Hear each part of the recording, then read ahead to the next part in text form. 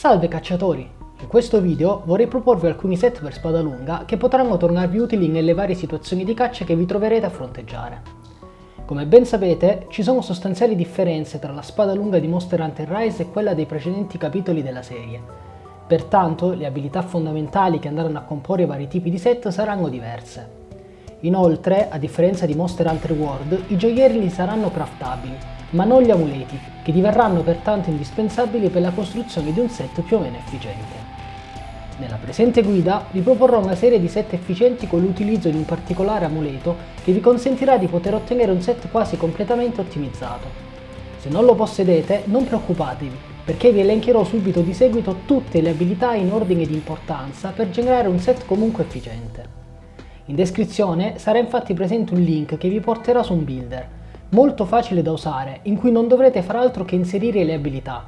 Il sistema vi genererà automaticamente un set in base alla disponibilità dei vostri charm. Ma adesso entriamo nel dettaglio e andiamo a vedere i vari set per spada lunga. Tutti i set utilizzeranno l'amuleto Rinfodero Veloce 2 con 2 spazi da 2. Il primo set che vi propongo è questo con la LS di Tigrex, un set universale che potrete usare su qualsiasi tipo di mostro. Questa variante, sempre con la LS di Tigrex, è utilizzata specificatamente contro il Teostra, in quanto monta resistenza fuoco 3 e sfoderata punitrice. Contro questo tipo di mostro infatti si spammano molto più facilmente gli Ice Lash, che vi consentiranno con molta probabilità di mettere a segno un KO. Un'altra valida alternativa, parimenti a quelli della Longsword di Tigrex, è questa qui di Chameleos. Questo set fa meno danno numericamente rispetto alla spada lunga di Tigrex, ma è molto più consistente in quanto sfruttate il 100% di critico su ogni colpo. In alternativa potete sfruttare il full set Valstrax, un set che diventa più performante se viene attivata la sua abilità speciale, soprattutto se si gioca in eroismo, ma è comunque un set giocabile. Passando alle LS elementali, invece, annoveriamo la LS di Valstrax, utile contro mostri fortemente deboli a drago come i Rat. Infatti, tramite il potenziamento debolezza Wyvern, questo tipo di spada lunga diventa estremamente efficace contro questa tipologia di mostri. Inoltre, l'infinita acutezza bianca vi consente praticamente di non dover cotare per l'intera caccia.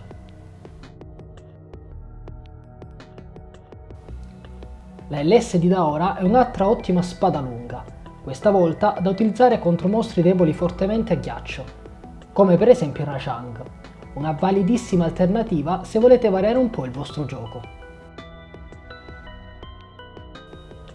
Menzione speciale alla LS di Nargacuga, una spada lunga sicuramente inferiore in danno rispetto a quelle citate in precedenza, ma che diventa ottima soprattutto in early mid game, quando magari non si ha la possibilità di sfruttare appieno il potere di altre spade lunghe. La sua enorme affinità positiva e la bianca naturale la rendono un'ottima arma all'inizio del gioco e con qualche accorgimento potrete portarla avanti per un bel po', almeno fino a che non sbloccherete tutti i gear per ottimizzare gli altri set.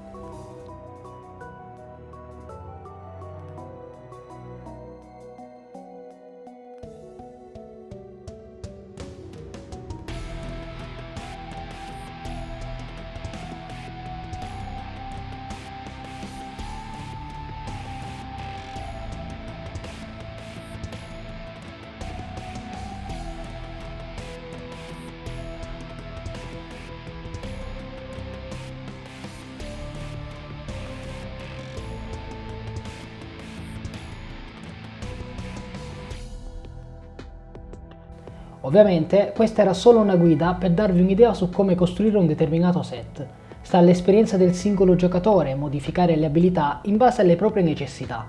Spero che il video vi possa essere d'aiuto. Alla prossima, cacciatori!